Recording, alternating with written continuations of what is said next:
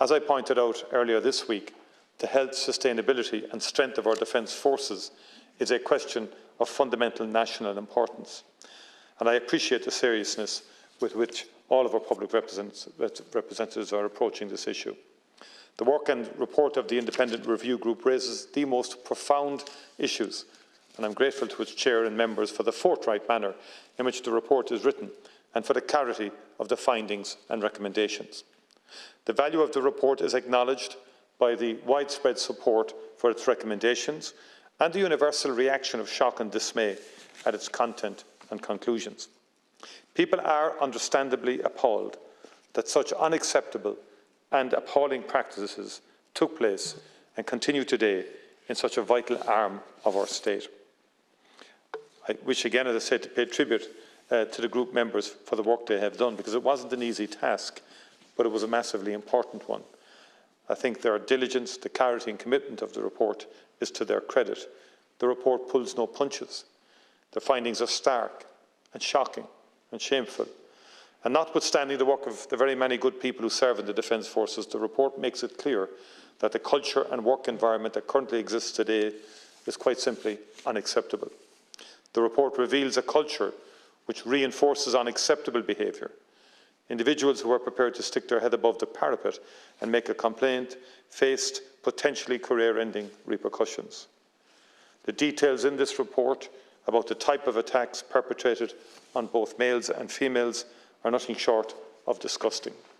And I want to assure the House that I am absolutely determined and fixed in my view that this report must be a watershed moment and will be the catalyst for the transformation of Ireland's defence forces.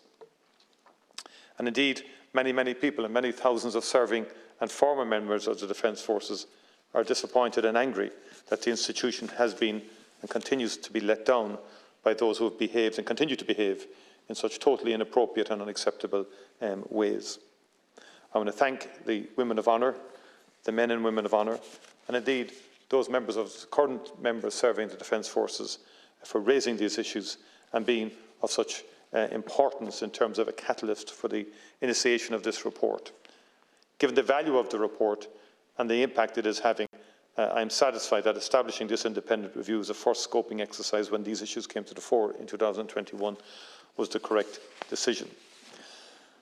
I think what's important now, Cathaoirligh, is that we quickly build on it, and a statutory inquiry is one of the logical and necessary next steps, examining how complaints have been dealt with, but also facilitating the opportunity for those to bring their experiences to such a statutory inquiry. I want to assure the House that I will bring forward terms of reference for this inquiry as soon as possible, engaging with stakeholders in their preparation. As I said in my initial response to the report, a completely honest appraisal of the problems and a comprehensive plan to address them is the only way to honour the contribution of serving and retired personnel. It is the only way to rebuild trust. In that spirit, I am clear that the Department of Defence must and will be included in the terms of reference for the statutory inquiry. We also, in addition to the establishment of a statutory inquiry, will also establish an external independent complaints process for members of the Defence Forces.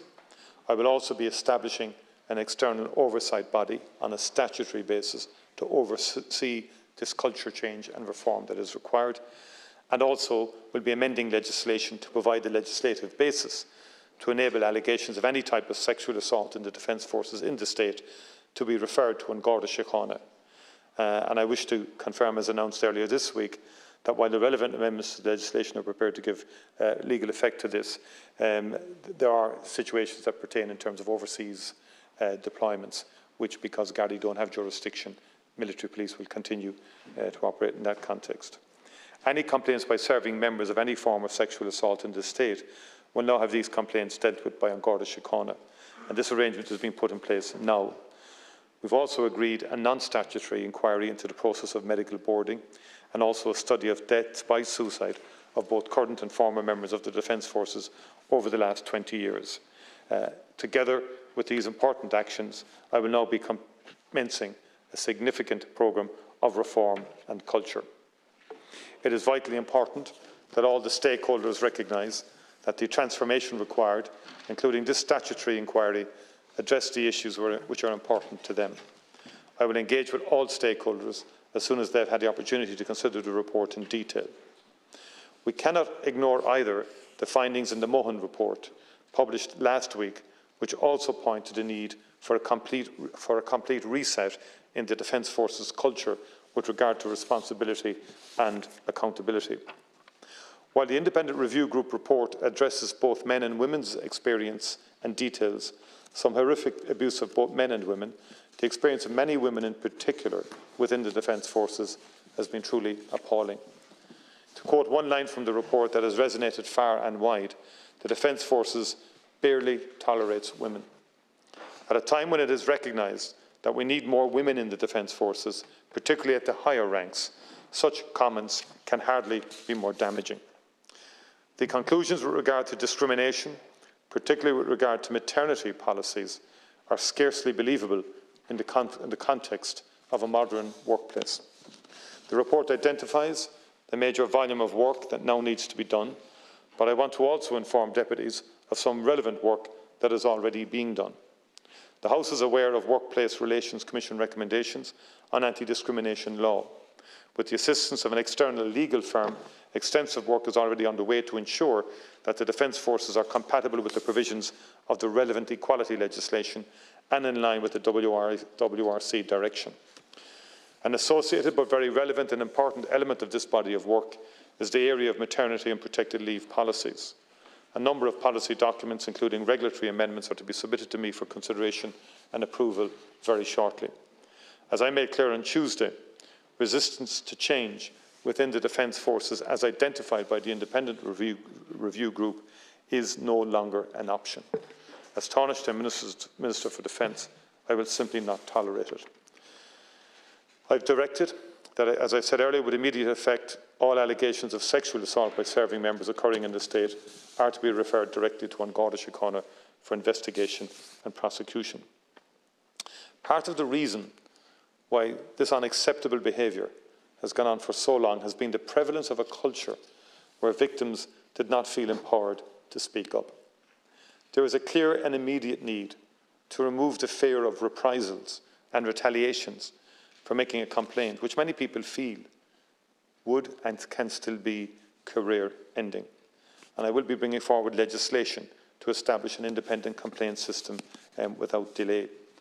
As I said earlier, in the meantime, I've emphasised that and I reiterate it again, lest there's any lack of clarity, that serving members can submit their complaint directly to the Ombudsman for the Defence Forces without having to submit themselves to internal processes first.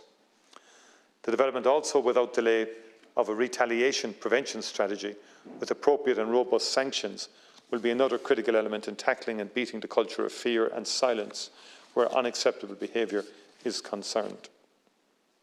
Separately, the recommendations of the recent Commission on the Defence Forces are also important. The strategic framework we are putting in place to drive these through will be an important enabling mechanism for delivery of the IRG's actions.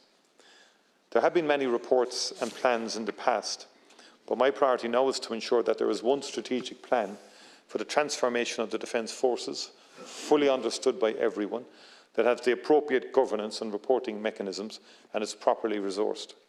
I want progress to be seen internally and to be reported externally. Clear and irrefutable evidence of change on the ground is the only thing that will rebuild the trust and confidence of serving members.